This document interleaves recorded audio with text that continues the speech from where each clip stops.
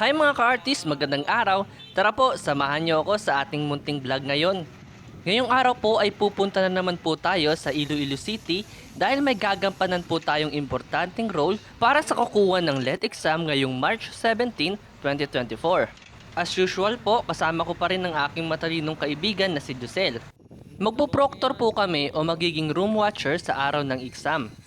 Dito ay nakarating na po kami ng Iloilo City at dumiretso na po kami sa school kung saan kami naka-assign. Ang araw po ngayon ay March 16, a day before the exam. At bilang paghahanda ay binisit namin ang school at ang building kung saan kami naka-assign para hindi na kami mahirapang maghanap sa araw ng exam. Ang school pala na ito ay CPU o Central Philippine University. At dito sa senior high building kami naka-assign. Hanggang 5th floor po ito. Mataas pero wag ka. Meron po yung elevator. Dito po ay naabutan na namin na naka-arrange na po ang mga upuan at nailabas na po ang mga sobra. Ngayon ay pabalik na po kami at nadaanan ko po itong mahalagang paalalang ito na nagsasabing, "Trust in the Lord with all your heart, with all thy ways acknowledge Him, and He shall direct thy path." Kung ikaw ay isang examinee at pauwi ka na galing sa exam, ito ang sasalubong sa iyo. Isang paalala na kahit na anong gawin natin sa ating buhay, ay huwag nating kakalimutang humingi ng guidance sa ating puong may kapal dahil lagi kang lamang kapag kasama mo siya. Ngayon naman ay sumakay na kami dito ng jeep papunta sa SM. Dahil sasamahan ko si Josel bumili ng kanyang damit. May dress code nga pala ang mga proctor sa araw ng exam. Para sa aming mga lalaki ay kailangan naming magsuot ng maroon na polo o long sleeves. Dapat naka-slacks at naka-black shoes or brown shoes. Boss 700. Napapaabaw pa ako sa 700. Ganyan talaga paghampas lupa. Ngayong tapos na kami bumili ng damit, ay naghanap na kami ng pwesto upang makapag-review ng mga dapat naming gawin sa araw ng exam. Di ba dati hindi ko alam kung sino to? Napaka-ignorante ko talaga. Ito nga po pala si Graciano Lopez Saina, ang founder ng La Solidaridad. At ito naman po si Teresa Magbanwa, also known as the Visayan Joan of Arc, isang school teacher. At nung sumiklab ang Philippine Revolution laban sa mga Espanyol, isa siya sa mga kakaunting babaeng sumali sa katipunan upang ipaglaban ng ating kalayaan.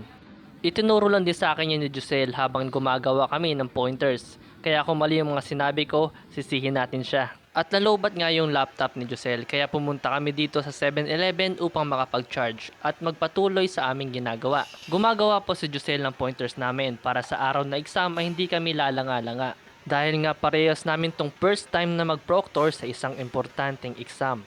Sa parting ito ay naghiwalay na kami ng landas ni Josel dahil magkaiba kami ng tutuluyan. Ako ay makikitulog sa classmate ko noong college. Galing pa siya sa trabaho at hihintayin ko siya at mag-meet kami sa Robinson. At ngayon ay binabaybay ko na ang papunta sa Robinson. Walking distance lang mula sa Haro Plaza. At nandito na nga ako sa Robinsons at nakahanap ako dito ng mauupuan habang hinihintay ang aking kaibigan. At ayun, nag-chat na siya na nasa labas na siya. Hindi na daw siya papasok dahil marami siyang dala. Meet Renato, or you can call him Renz. Pogi, mabait at maaasahan. Galing pa yung trabaho at bukas ay magpo-proctor din siya. Ngayon ay sumakay na kami ng jeep papunta sa kanila. At dumiretso na kami sa karinderya ng tita niya. At naghanda na ng pagkain upang makakain kami. Napaka-thankful ko pala sa kaibigan kong to at sa kanyang tita dahil pinatuloy nila ako ng libre sa kanila at libre rin yung pagkain ko. At pagkatapos namin kumain ay dumiretso na kami sa boarding house nila. Nagpalit ng damit at nagpahinga ng konti. Pagkatapos naming magpahinga ay nag-review ulit kami para sa mga gagawin namin bukas. Sa aming tatlo ay si Renz nga pala ang marami na experience sa pagpo-proctor. Regular na pala siya sa PRC bilang proctor. At siya rin ang nag-inform sa amin na nangangailangan si PRC ng dagdag pang mga proctor. Kaya nga nandito na kami ngayon ni Josel. Binidyo call pala namin dyan si Josel at nagumpisa na si Renz na turuan kaming dalawa. Nagbigay rin siya ng mga possible scenario at mga tips sa kung anong dapat namin gawin. Hanga talaga ako sa kaibigan kong ito dahil nagbigay talaga siya ng oras para turuan kaming dalawa. Kahit napagod din siya sa trabaho at ipapahinga na lang sana niya. Inabot din ng oras ang lecture na ito dahil marami kaming tanong. At pagkatapos nun ay agad na kaming nagpahinga dahil pare-parehas na kaming pagod. At sumapit ang panibagong araw, araw ng exam. 3:40 ay nagising na kami ni Renz. Hindi ako nakatulog dyan dahil ganun talaga ako pag may importanteng bagay kinabukasan. Dito nga ay nagluluto na si Renz ng aming babaunin. Dahil sa oras ng exam ay wala nang labasan sa room. Napakamaasikaso talaga ng kaibigan kong ito. At alam kong swerte ang mapapangasawa nito dahil napakabait talaga. Dito nga ay nagbalot na si Renz ng babaunin namin. Meron pa yung mga prutas. 3 ang kanyang hinanda. Isa sa akin, isa sa kanya, at sa kanyang kuya na isa ring proctor. At dito ay kumain na kami. Pagkatapos namin kumain ay agad na kaming naligo at nagbihes. Magkaiba pala kami ng school na na-assign na ni Ren. Gaya nga na sinabi ko kanina ay nasa CPU lang ako at napakalapit lang ito sa boarding house ni Renz kaya lalakarin ko lang ito. Pero si Renz ay kailangan pang sumakay. At nandito na nga ako sa entrance ng CPU. Alam nyo, habang pumapasok ako ay parang kinakabahan din ako. Parang kukuha rin ako ng exam eh. Maaga pa ito, hindi pa lumalabas ang araw.